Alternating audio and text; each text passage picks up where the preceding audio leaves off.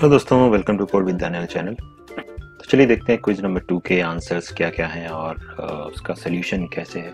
तो एक्सप्लेनेशन के साथ देखेंगे। पहला क्वेश्चन था, all keywords in Python are in lower case, upper case, capitalized, और डी ऑप्शन था नन ऑफ द मेंशन्ड। तो ऐसा कुछ नहीं है यहाँ पर। आंसर यहाँ पर है कि डी लोअर केस में भी है और मिक्स केस में भी है। ओके, तो इसमें से कोई भी ऑप्शन करेक्ट नहीं है। जो डी है वो करेक्ट ऑप्शन है कि इसमें से कोई भी मेंशन नहीं किया गया। दूसरा क्वेश्चन था, given a function that doesn't return any value, what value is thrown by the default when executed into the shell. तो अगर कोई फंक्शन कोई वैल्यू रिटर्न नहीं करता तो क्या देता है? तो ऑप्शन डी करेक्ट है, ये नन रिटर्न करता है। ओके, याद रखिएगा, ये फंक्शन में भी बताऊंगा।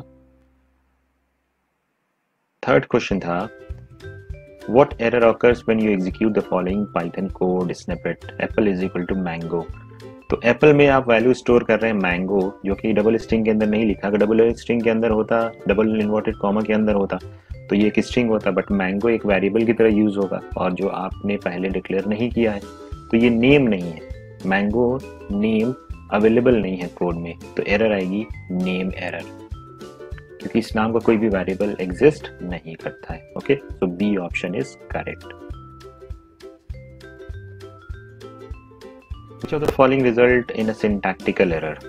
सो अगर देखिए यहाँ पर ए ऑप्शन, तो सिंगल इन्वर्टेड कॉमा से स्टार्ट किया है, फिर डबल इन्वर्टेड कॉमा के अंदर लिखा है वंस अपॉन अ टाइम, और डबल इन्वर्टेड कॉमा क्लोज, फिर कॉमा लगाया है she said.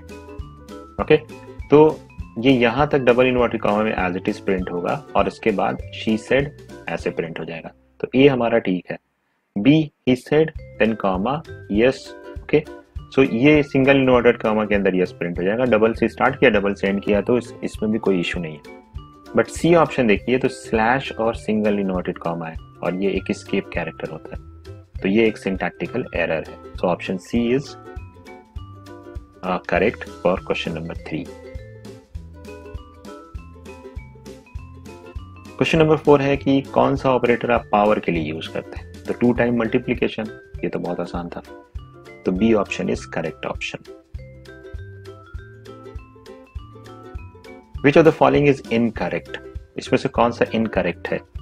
So float INF, so INF is predefined, इसको कहते हैं इनफाइनाइट। ओके, इसी तरीके से float NaN not a number, ये भी एक प्री डिफाइंड वैल्यू है। ओके, फ्लोट 56 प्लस 78, तो ये क्या करेगा, इन दोनों को कॉन्कैट करेगा और जो रिजल्ट आएगा उसको फ्लोट में कन्वर्ट कर देगा। फाइन। डी है 12 प्लस 34, और ये डबल ये एक सिंगल स्ट्रिंग के अंदर लिखा हुआ है। फाइन, तो जब सिंगल स्ट्रिंग के अंदर है तो ये पहले क्या करेगा, ये एक स्ट्रिंग समझेगा, इन दोनों का रिजल्ट नहीं कैलकुलेट करेगा। 12 प्लस 34, ये आपका 46 आएगा नहीं, ये इस स्ट्रिंग को कन्वर्ट करने की कोशिश करेगा डी जो ऑप्शन है फ्लोट में। तो ये तो हो ही नहीं सकता कि आप किसी सिंबल को स्ट्रिंग फ्लोट में कन्वर्ट कर सके, तो ये आपको एरर देगा, जो डी ऑप्शन है। समझ में आ गया? क्यों? क्योंकि बीच में प्लस ऑपरेटर है। क्वेश्चन नंबर 7 था कि what is the result of this code, round 0.5 minus round 0.5। तो दोनों का आंसर 0 आता है, तो 0 माइनस 0 विल बी 0। ओके, तो ये आपका आंसर आ जाएगा सी। क्वेश्चन नंबर 8 है कि अगर आप बाइनरी में कन्वर्ट कर रहे हैं 10-2 प्लस बाइनरी 12 और एक्सक्लूसिव और 4। सो पहले बाइनरी 8 कैलकुलेट होगा और फिर जो दूसरा दिया हुआ है प्लस बिन और 12 एक्सक्लूसिव और 4, तो पहले ये कैलकुलेट हो जाएगा। ओके, तो इसका आंसर आएगा, फिर इसका आंसर आएगा, दोनों कॉन्कैट हो जाएंगे। और बिन नाम का एक फंक्शन होता है जो भी किसी भी नंबर को बाइनरी में कन्वर्ट करता है। तो अगर 8 का बाइनरी देखा जाए तो हमें ये मिलेगा। 0 भी ये रिप्रेजेंट करता है कि वो बाइनरी है। ओके, और 12 एक्सक्लूसिव और 4 आप निकालेंगे तो उसका आंसर आएगा, उसको ये कन्वर्ट कर देगा बाइनरी में, तो ये आंसर आता है। ठीक है, यहाँ पर अब इन दोनों को कॉन्कैट कर देगा। चूंकि इसका रिजल्ट str होता है, याद रखिएगा, ये str रिटर्न करके देता है। तो str में कॉन्कैटिनेशन हो जाएगा, तो दोनों कॉन्कैट हो जाएंगे और ये रिजल्ट आपका आ जाएगा, जो कि आंसर नंबर डी है। नेक्स्ट क्वेश्चन था, इस कोड का आउटपुट क्या होगा। तो यहाँ देखिए एक लिस्ट दिया हुआ है और इसके अंदर ए बी है एक स्ट्रिंग और दूसरी स्ट्रिंग है सी डी। तो फॉर लूप चलाएंगे, ऑब्वियस है एक एक वैल्यू को एक्सट्रैक्ट करेगा, ओके, और एक एक वैल्यू को एक्सट्रैक्ट करेगा तो पहले ए बी निकलेगा और कह रहा है कि एक्स में यानी इसी लिस्ट में उसको अपेंड कर दीजिए और उसको अपर केस में कन्वर्ट करके, ठीक है। तो आई डॉट अपर, ये अपर मेथड होता है स्ट्रिंग का, तो ये कन्वर्ट करेगा और इसी में अपेंड कर देगा। तो लिस्ट की साइज पहले 2 थी, अब 3 हो जाएगी, ठीक है। तो अब 3 हो गई तो फिर ये लूप और आगे चलेगा, फिर नेक्स्ट वैल्यू फेच करेगा जो सी डी होगा, फिर ये अपेंड करेगा आई डॉट अपर, तो सी डी हो जाएगा, तो फिर एक और ऐड हो जाएगा। तो इस तरीके से ये कोड आगे बढ़ता जाएगा, A B then C D then again A B then C D.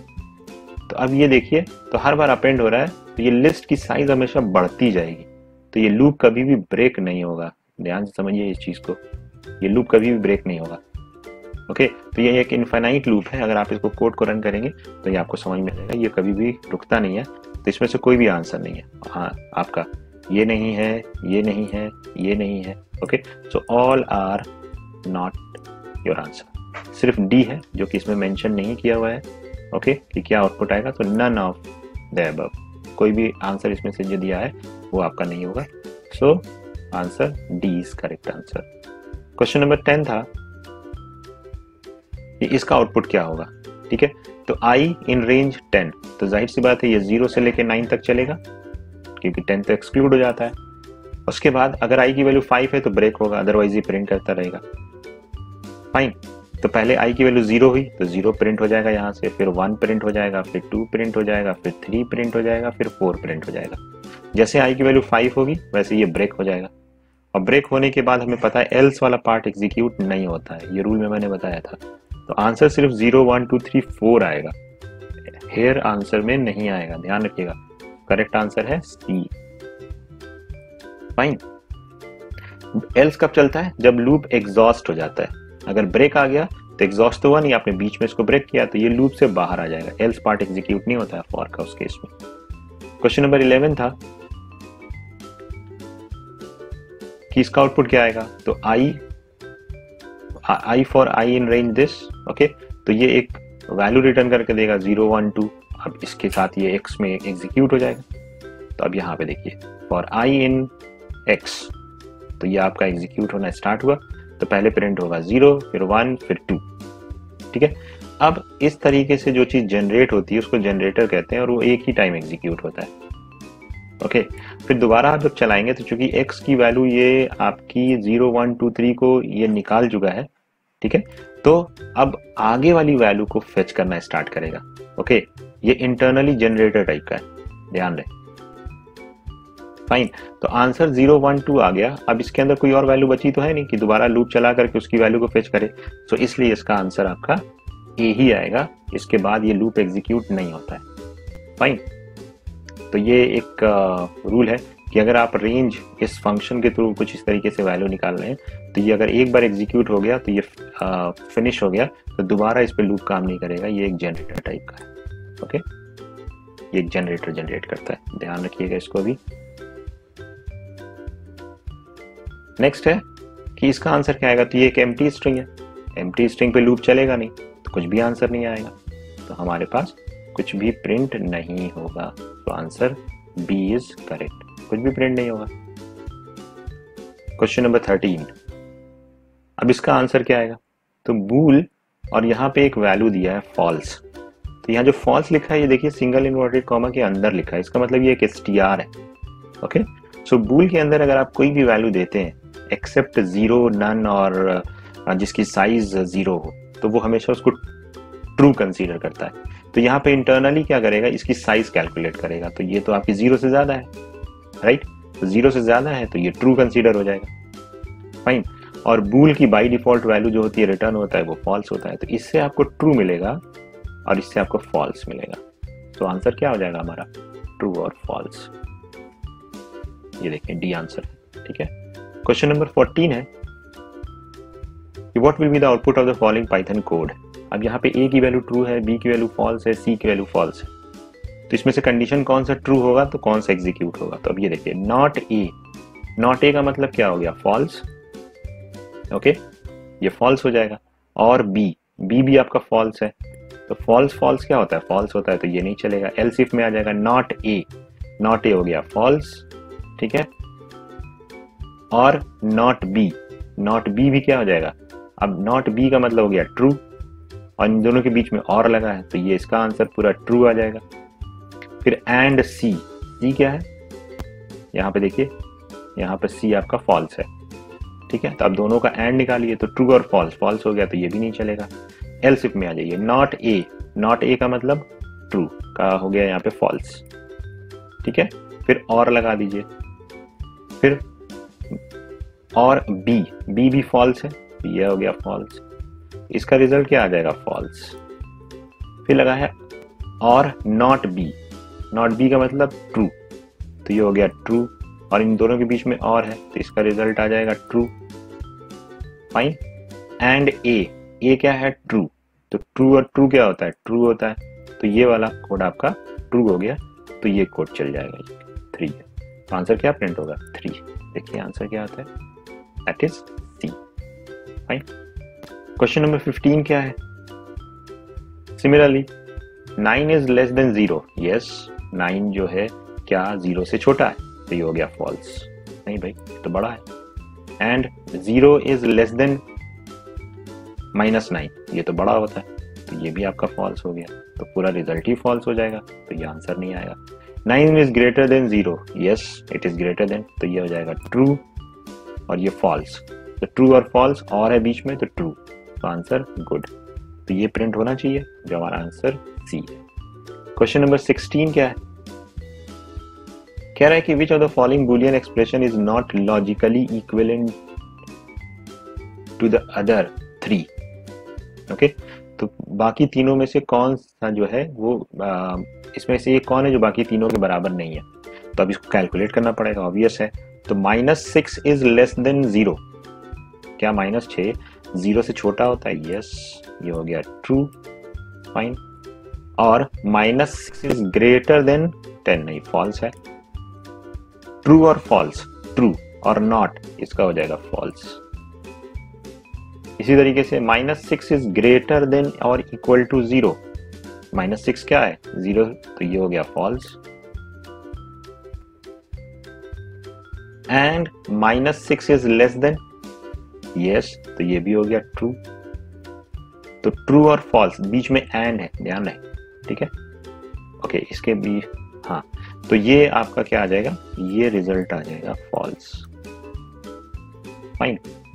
फिर आ जाइए -6 इज लेस देन 10, यस ये हो गया ट्रू। -6 इज इक्वल टू, ये हो गया फॉल्स। अब इन दोनों का और निकालेंगे तो आएगा फॉल्स और ट्रू, तो ट्रू आ जाएगा। ट्रू का नॉट करेंगे तो फॉल्स आ जाएगा। ओके, तो ये देखो ये तीनों के आंसर फॉल्स आ रहे हैं, तो यही एक बचता होगा मुझे लगता है, ये तो खैर लगा ही सकते हैं, फिर भी निकाल लेते हैं। -10 is greater than this, no it is false. 6 false और फॉल्स और नॉट ट्रू, तो इसका आंसर आ गया ट्रू। तो आंसर क्या आएगा हमारा, इसका डी, जो बाकी तीनों के इक्वल नहीं है, ठीक है। Question number 17, similarly 10 is less than 20, yes and 10 is greater than 30, this is false, ये बड़ा नहीं है। 10 लेकिन 20 से छोटा होता है, तो ये हमारा ट्रू है। लेकिन इसका नॉट निकालो तो ये भी ट्रू हो जाएगा, क्योंकि ये नॉट दिया हुआ है, तो ट्रू एंड ट्रू, अच्छा इसका भी नॉट है ये, सॉरी, तो ये हो जाएगा फॉल्स। तो फॉल्स एंड ट्रू, तो क्या हो गया फॉल्स, आंसर क्या आना चाहिए, false. Okay, answer is B.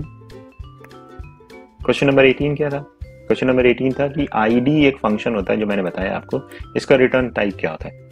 तो आईडी हमेशा आपके एड्रेस को रिप्रेजेंट करता है, और एड्रेस जो है वो इंटीजर में होता है, तो इंटीजर इसका रिटर्न टाइप होगा, जाहिर सी बात है। ओके, तो ये सारे क्वेश्चंस थे जो क्विज नंबर 2 में मैंने पूछा था, तो मैंने सारे एक्सप्लेनेशन के साथ बता दिए। फिर भी डाउट है तो कमेंट बॉक्स में लिखिएगा, तो मुझे उम्मीद है कि कुछ और कॉन्सेप्ट्स भी क्लियर हो गए होंगे। So thank you for watching this video, और अगर आप इस चैनल पर नए हैं और इस क्विज को पहली बार देख रहे हैं तो और भी बहुत सारे वीडियोस बनाने वाला हूँ और आगे बहुत सारी चीज़ें डिस्कस करने वाला हूँ, तो प्लीज़ चैनल को ज़रूर सब्सक्राइब कीजिए और बेल आइकन ज़रूर प्रेस कीजिएगा ताकि नोटिफिकेशंस मिलते रहें। चलिए मिलते हैं नेक्स्ट वीडियो में, तब तक के लिए बाय बाय।